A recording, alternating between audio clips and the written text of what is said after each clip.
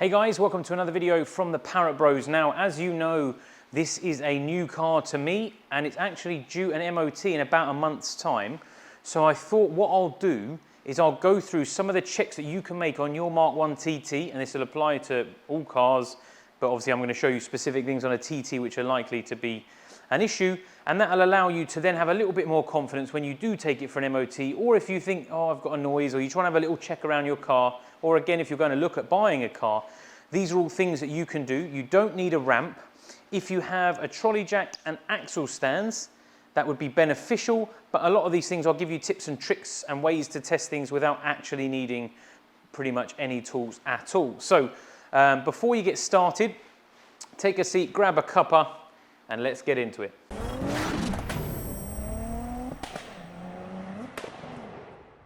Now, there are loads of little things that you can do very simply to start with, just to cross off the little stuff. All the things like making sure all your lights work. Now, I don't need to tell you how to do that. The only thing I would recommend doing is your beam pattern. So, depending on what you've got and what you have access to, the best thing you can do is just drive up to a wall, turn your lights on, and all you're looking for is that basically the lines are straight and there's a tiny flick up on the left-hand side. They don't want to be too high. They don't want to be at different levels. I'll show you the sensors and where they are in a little while. Again, on the rear, if you haven't got anyone to help you, you can't bribe any of your children into doing it with sweets or anything, and your wife's not interested, your husband, just reverse up near a wall or something light and then just press the brakes. You'll get an idea as to whether they're all working. You may only see one side or the other. So that's lights. Make sure your wipers work and your sprayers work. If they don't, you can pin them out. If not, you need to replace them. Real simple failures. Next is, there's a million and one things to do. Let's start with wheels. So let me put the car up in the air a bit more and I'll show you what we need to do. First, one of the most important things is your tyres. Now, if you can't get it jacked up, just put your car on lock and then you can have a look at your tyre. You want to have a look at from the inside to the outside. You want to make sure that you've got at least 1.6 mil of tread. There is wear bars usually on the tyres. If you can feel them all the way across, then you need to change your tyres. On the inside, there may be cords showing, there may be perishing or damage to the inside. This one actually has a smooth inner tyre, which means one of a few things. The tracking's out, there is a ball joint or some sort of joint which is damaged, maybe the top mount, something to do with the suspension, or it is just stupidly low, and I would probably go with the latter on that one. It's not down to the cord yet, so it would be a pass, but it would be probably a pass and advise. So keep an eye on your tyres. If you have something like that, obviously get it checked, because otherwise you're going to burn through tyres like it's no tomorrow. And then on the face of it, you want to look for any perishing, which is any kind of cracks or any damage, and of course any nails or any screws or anything like that in the tyre. That is wheels, tyres. Now wheels, if you can get it jacked up, when they're looking for play, all they're looking for is either a movement or a notch. Now you will get some movement if you've got it jacked up off the ground, but there shouldn't be any sort of knocky noise, top and bottom and side to side. If you feel like a da-dunk, da-dunk, then you have a joint issue somewhere, whether that be steering or on the wishbone, but these all feel pretty good. Next, let's get the wheel off. Okay, so now you've removed your wheel, there's a few things to check here. First one would be your suspension. Now you want to make sure there's no leaking, no obvious drips, any oil coming out. You also want to check the spring and make sure there's no damage. Now, unfortunately, this would fail an MOT, because if you see here, there is quite an obvious crack. I don't know how well that's coming out in the camera. Yeah, you can definitely see that. The spring is actually broken, so at least half a coil to a coil is hanging off. So that will need replacing before we present this for an MOT. Now, let me reposition the camera better. As I was saying about lights earlier, your headlights have two level sensors. That is one. Oh, we'll point the camera down a bit more. So this is the first level sensor, and this moves up and down as your suspension does, which then should level out your headlights. There's also one on the other side at the rear, which does exactly the same job. So if they're broken or damaged, that could be a problem. Let's turn the suspension so you can have a better look. What else do we have here? You want to check your gaiters. Now on your drive shafts, there's 2 rubber boots, one on each end, one on the gearbox end, one on this end. And what you want to do is just rotate your wheels or have a look around and just make sure there's no grease or anything leaking, because that will be called a split CV boot. And again, it says something along the lines of split or damaged to allow ingress of dirt or something like that. So basically it's split or there's a hole and it will let the grease out and it will let the dirt in, which will then damage the joint. Whilst you're here, again, check your drop links. They have a rubber gaiter boot all the way around. Make sure there's no splits, any cuts or any damage. And then lastly, whilst we're here, is your brake pipes. Once you've obviously checked all your other bushes and whatnot, I'm just playing with the disc as it's loose. Let's go back around this side. Okay, so now you've got brake pipes. Now, these aren't always the easiest things to find, but there's the brake pipes there. Let me turn this so we can see better. That doesn't really help too much, but you get the gist. So, up here is a brake pipe, and this is a copper pipe usually, or made out of a nickel plate, and it can swell and get damaged. This one is actually in quite a nice condition. But usually they can be quite swollen. I'll show you on the rear because that's likely where they usually fail. But just check and make sure it doesn't look any larger in any specific places. This one is starting to get swelled just about there where my finger is. It's just starting to get slightly swollen, which in time will rust and will fail. So that will need to be replaced at some point, but it is still perfectly fine as of now. Right, let's move on. Okay, so moving on to the rear wheels. Whilst we're here, again, same principle. You're looking for the movement. Check the tyres. If you can get the wheel off, and I would thoroughly recommend one of these. If you haven't got one, they are absolutely wicked. They are, you just screw them in like a wheel bolt, and then it just allows you to slide the wheel off. The wheel will hold itself on. You don't have to worry about taking the last stud out and it drop in or anything like that. So really, really worth having. So on the rear, we're going to check a few things. You obviously need to check your suspension. Make sure there's no leaks, no damage. On the rear, you want to check your spring is okay, and then we'll go underneath and start looking at the other bits. There is again a level sensor on this side. Let me reposition the camera to show you. Check your spring, make sure it's not damaged and broken. Absolutely fine. Now, arms. If you've got play in your wheel or you're getting your tyres worn, is more likely to notice if that's the bushes are damaged on that, or if there's sort of free play and movement from side to side, it could be the bush under here. But moving on, like I said, check your brakes, make sure there's no leaks or any, and the brake pads have enough meat on them. And then you've also got the steering sensor. It's on this side, it's there. This rod here, just again, make sure that's fully intact and all there, and then you should be good from that perspective. Hopefully your headlights will point in the right direction.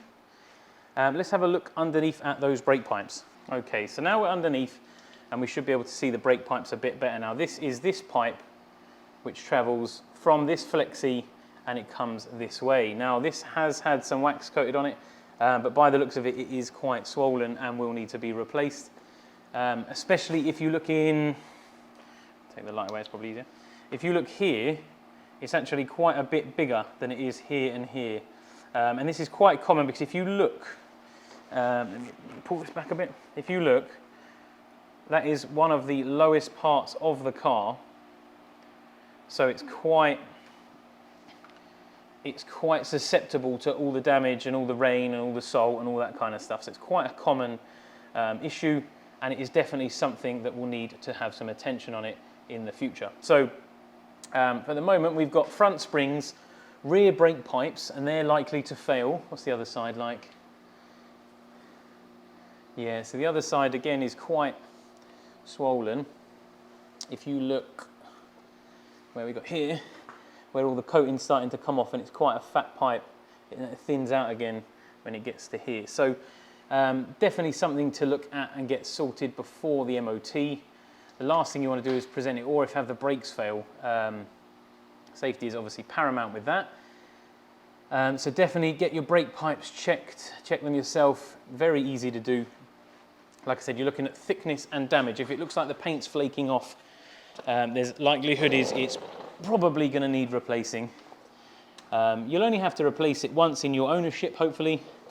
Normally you have to replace it with this flexi, which is just there on the axle. But besides that, the rear actually looks quite good. Next on the list is exhaust. Now, quite often I see people that don't do a great deal of mileage and then they have issues when it comes to emissions. That, or you have a decat. In the case of having a decat, you may need to seek professional advice, find an MOT tester who maybe has a car with a decat himself.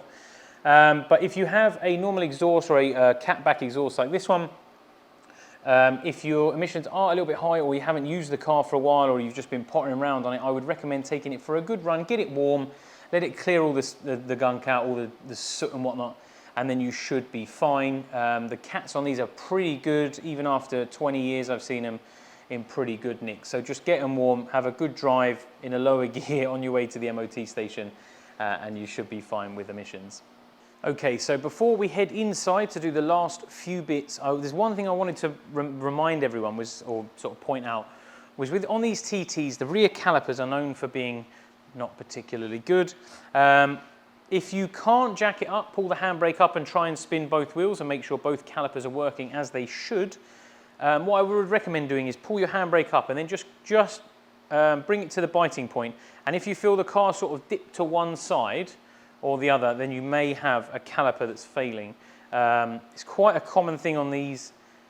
If you've ever replaced them in the past, you'll probably be all right, but I have had to replace at least one caliper on every TT I've ever owned. So it's a good possibility that may be an issue at some stage. It may never be an issue if you're lucky, but just wanted to point it out. So you can either jack it up, obviously put the handbrake on, try and spin both wheels if they don't spin. Ace, put the handbrake on if you can't, and then go to pull away. And if it pulls down, good. If it pulls to one side or you get a weird squeaky noise, then you may have one caliper not as strong as the other. Right, let's head inside for the last few little bits before we get finished up. Okay, so you wouldn't think there's actually too much in here, but there's quite a lot inside that can fail your car on an MOT, and most of them are namely on the dash cluster itself. Now, you do not want to present your car, if possible, to an MOT with any lights, whether that be airbag, traction, anything like that, ABS light, because it will or likely fail. So make sure you've got all the codes cleared. You can buy a cheap code reader, or you'll find someone who's got a code reader nearby. Get it plugged in, get it sorted before pitching up for an MOT, because the last thing you want to do is leave it, or you don't realise it's running out, you present it for an MOT, and then it fails. This has got an airbag light on, which I need to sort out, which I think is this airbag here. Now, it wasn't on when I bought the car, but I did take the glove box out to sort out a couple of issues, and then when I put it back in, I've got myself an airbag light, so I've probably just caught the plug. So I'll get it unplugged, plug it back in again, and see if we can clear it. If not, it may need replacing or resistoring off. We shall see. The other things you need to do whilst inside the car is, if you have 2 seats or 4 seats, make sure all the belts work as they should. That is one of the only other things they'll check in here, apart from when they put your brakes on the rollers or take it for a road test. And I mean, I always make it clean. It's not relevant, but if it's nice and clean, nice place to be, you'll think this person looks after their car. It's a mental thing. But besides that, yeah, make sure all your lights work, everything works as it should. Hazard lights, make sure your hazard button is in properly. I've seen plenty of people push them through the dashboard. But yeah, that is pretty much it. Let me just jump out and we'll have a little wrap up, shall we? Okay, so that is TT specific sort of pre-MOT checks. And looking around, I have got both front springs broken, so I'm going to need 2 front springs on the coilovers, which is to be sort of expected. Let me grab a coilover and I'll show you why. Now, springs break over time. It's just one of those things. They're thin metal. They take a lot of the brunt. They get a lot of water and crap hitting them. Now, this These are coilover covers. These keep some of the dirt off the spring, which is always a good start. But obviously these springs are quite small and they sit in all elements. They don't have a lot of flex and they have to do a lot of work. So they can crack, they can break. This can happen to any car, any model. Springs breaking is such a common thing. It's just annoying that it is on both. I may fit the Bilsteins on yet, I haven't decided. Really, really good shock absorber, and the covers really do help. And the only other thing on my list is the two brake lights, the two brake pipes, and that airbag light. Now, not a bad job. The brake pipes, a little bit of a faff, but while I'm there, I think I'm going to fit my 4-pot Brembos on there off of the Cupra R, just because I prefer the braking. I've got a couple of sets of pads and discs, so no point wasting them, and I'll stick these ones up for sale in a bit. But besides that, really, really happy with the car. It definitely needs an underseal, so that'll be one of the jobs we'll do over the next sort of month or so, along with a suspension change and a few other bits. And then it should be ready for many, many years to come. So really happy with the car. The only other thing I forgot to mention, so if you watched it this far, a few extra tips, is if you can get underneath, have a look at the front subframe. Often they can corrode and get little holes in, and because it's holes, it's structural, it will fail its MOT. So you're just looking for corrosion enough that you can poke your finger through. As a rule, these cars are not too bad for rust. You shouldn't have to worry too much about actual rust on the car. It's more just the subframe and arms. So besides that, if you can check all of those things, even if it's just have a look and it looks all right, you're going to stand yourself in a far better chance of getting that first time pass and not having to fail and then go back and be out of a car for a while. So hope you found this helpful. If there's anything I've forgotten, because the likelihood is there is, feel free to put it down in the comments below. Always welcome to add it to the list. I'll put a list of what to check in the description as well. And yeah, thanks for watching, and I'll catch you on the next one. Bye for now.